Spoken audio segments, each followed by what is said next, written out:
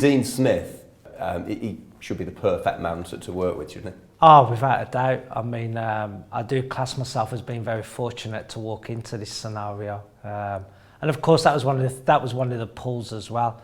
I mean, I knew Dean a little bit from his time at Walsall when I was at West Bromwich Albion, and we'd often play against each other. And he always came across as a very approachable, honest, humble person. And I think we share those same core values, and both being local people as well.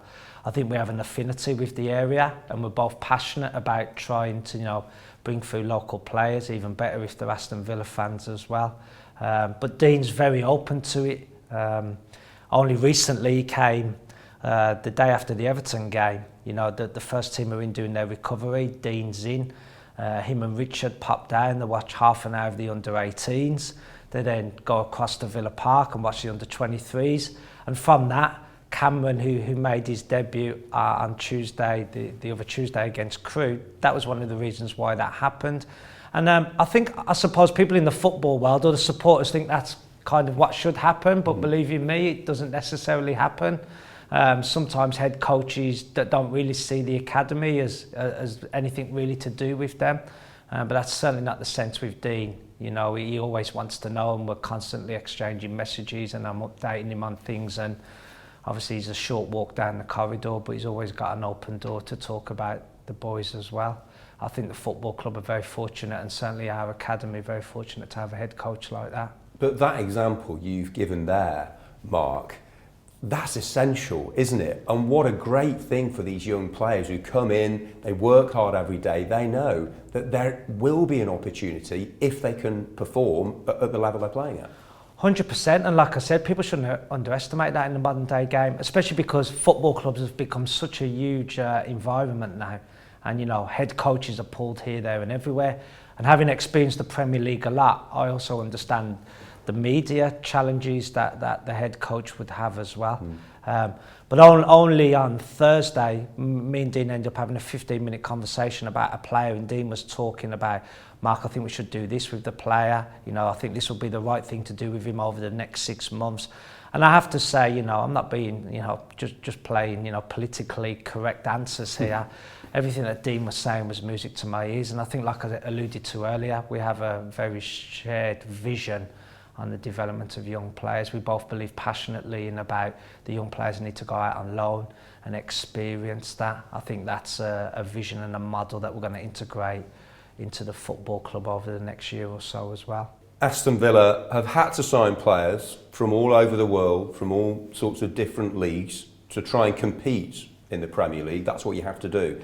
But isn't it wonderful for this football club to have Jack Grealish as a role model for these youngsters, as a symbol of what can be achieved if you put your mind to it? Yeah, I mean, I'm very fortunate like that. I mean, he is the perfect role model, isn't he? And Jack's journey's been a fantastic journey. I've actually watched his journey from a little bit of a distance, and I can recall him playing against West Brom, over the years. And I think it's great to have somebody who all the young players can aspire to. I think not only the fact that Jack is a local boy, but the way that he plays the game as well. He's such a technically wonderful player. Great passion, great spirit for the football club, and that affinity is fantastic to see. And that's what I'm all about. Very much that's what drives me on every day, is to develop homegrown players, Aston Villa supporters, and we all know the fans' connection with that type of person and player is you can't measure it really. And if we can get a regular 2 or 3 of those around the first team, and people might say, well, only 2 or 3, but that's a fantastic achievement to have 2 or 3. And I think we need to tap into that a little bit more about Jack. I walk around the academy side of the building, and there's some fantastic history and tradition here. But equally, we need to look at the Jacks of the world and probably embrace that and use that a little bit more to our advantage as well.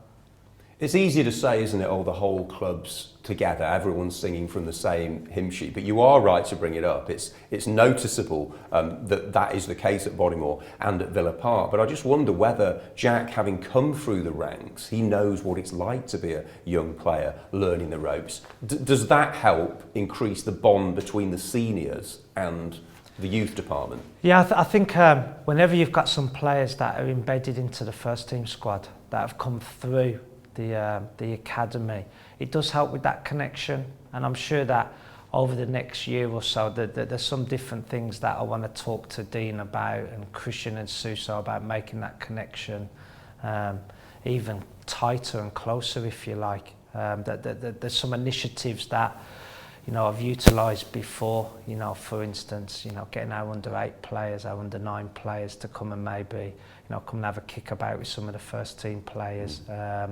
The use of Villa Park maybe for an end of season, getting the players to come and see the academy players there, but play on the pitch. And there's a whole ream of strategies that we can use to add to that connection as well. I mean, we've got a fantastic facility here at Bodymoor, and whilst, you know, the building is connected, there's no doubt about it, and there's two parts to the building. You know, you're always looking at how you can integrate together, and I think because Jack understands what it's like, and he's such an influential person at the football club, he can help us develop that as well. Just finally, we're looking forward to catching up with George Boateng very soon. Real character he was in his playing days. Great to have him on board with the under-18s. Mark Delaney, another former Villa player with the under-23s as well. So that is another good thing, isn't it? The fact that these guys are being coached by former players who did well in the top flight, who understand the essence and the ethos of AVFC.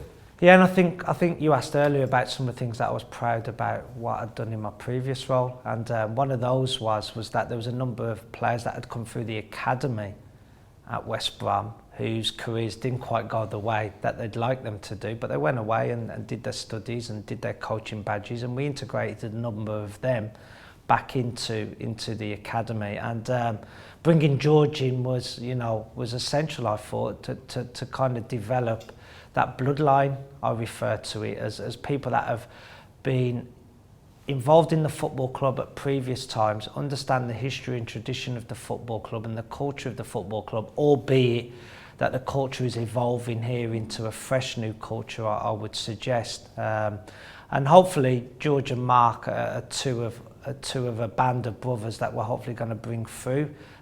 Equally, those people that we might target and want to bring through, also, you know, they need to have the qualifications and the skill set and the passion and the drive.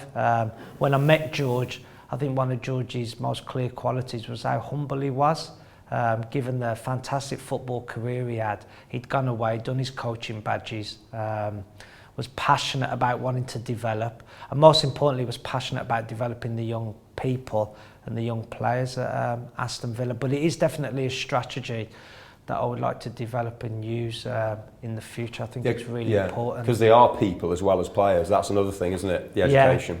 Yeah, and when you've just touched on that as well, you know, I'm a great believer in that. I have a very clear phrase about, you know, develop the player, develop the person.